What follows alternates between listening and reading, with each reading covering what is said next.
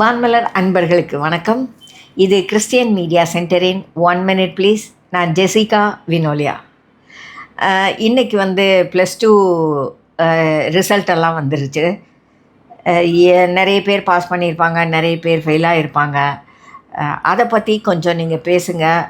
ஃபெயிலான ஸ்டூடெண்ட்ஸுக்கு கொஞ்சம் இது மோட்டிவேட் பண்ணுற மாதிரி ஏதாவது கொஞ்சம் மெட்டீரியல் போடுங்க அப்படின்னு ஒருத்தர் எனக்கு சொன்னாங்க. ஆகையினால் இந்த 1 மினிட் ப்ளீஸை நான் அவங்களுக்காக போடுறேன். ஃபெயில் ஆகிறதுங்கிறது அது 10th 12th இல்லை காலேஜோ எந்த கிளாஸாக இருந்தாலும் சரி, ஃபெயில் ஆகிறதுங்கிறது ஒரு பெரிய விஷயம்லாம் கிடையாது. உலகத்தில் இருக்கிறதுல முக்கால்வாசி பேர் ஃபெயில் ஆகி திரும்ப பாஸ் பண்ணி வாழ்க்கையில் முன்னேறினவங்க தான். ஃபெயில் ஆகிறதுங்கிறத ரொம்ப பர்சனலாகவும் ஒரு ஈகோ இஷ்யூவாகவும் வெளியில் தலை காட்ட முடியாத ஒரு அவமானமாகவும் நினைக்கிறதெல்லாம் ரொம்ப ரொம்ப தப்பு.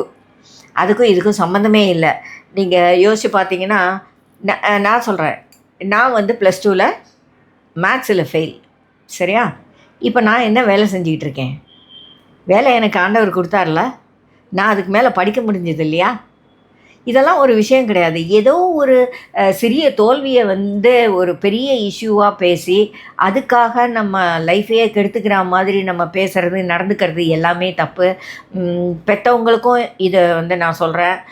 பிள்ளைகள் ஃபெயில் ஆனால் அது ஒரு தடை அல்ல, ஒரு சின்ன ஸ்டாப் தான். தொடர்ந்து அவங்களால அதில் போக முடியும். அவங்க திரும்ப பாஸ் பண்ணி வேறு படிக்க முடியும். பெரிய பெரிய வேலைகளுக்கு போக முடியும். ஆகையினால் பிள்ளைங்க ஃபெயில் ஆகிட்டாங்க அப்படின்னு சொல்லி பிள்ளைகளை ரொம்ப திட்டாதீங்க.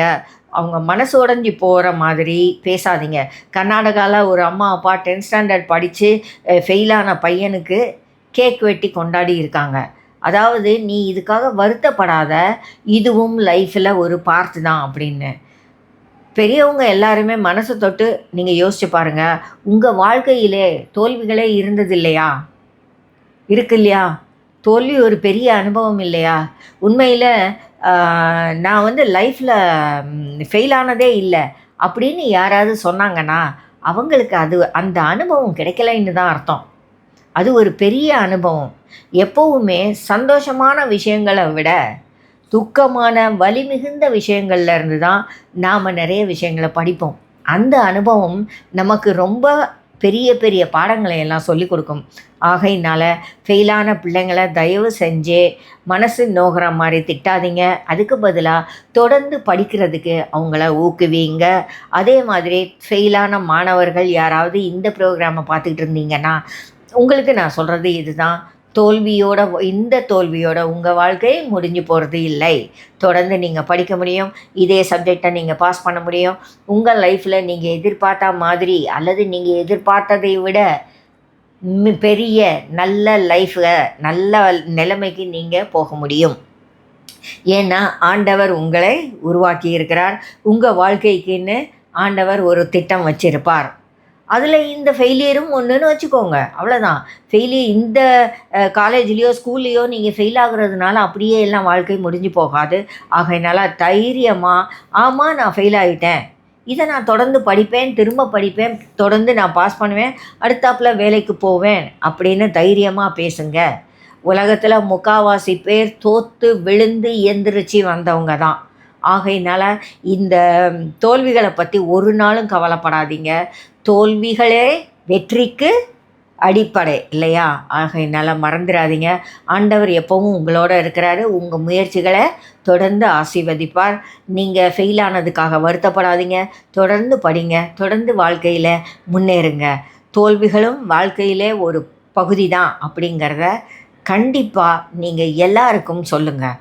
ஜெயித்தவங்களும் சரி, தோற்றவங்களும் சரி, லைஃப்பில் அவங்களுக்கு பெரிய வித்தியாசங்கள் கிடையாது.